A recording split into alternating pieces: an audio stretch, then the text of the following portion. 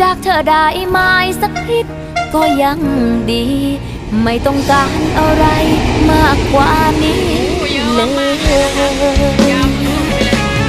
ขอได้บอกว่าไม่ต้องมากมายให้พอเล่นได้บอกว่าคิดถึงกันมันอาจจะเป็นแค่คำสั้นๆแต่คือกำลังใจมันอาจจะเป็นแค่คำสั้นๆแต่คือ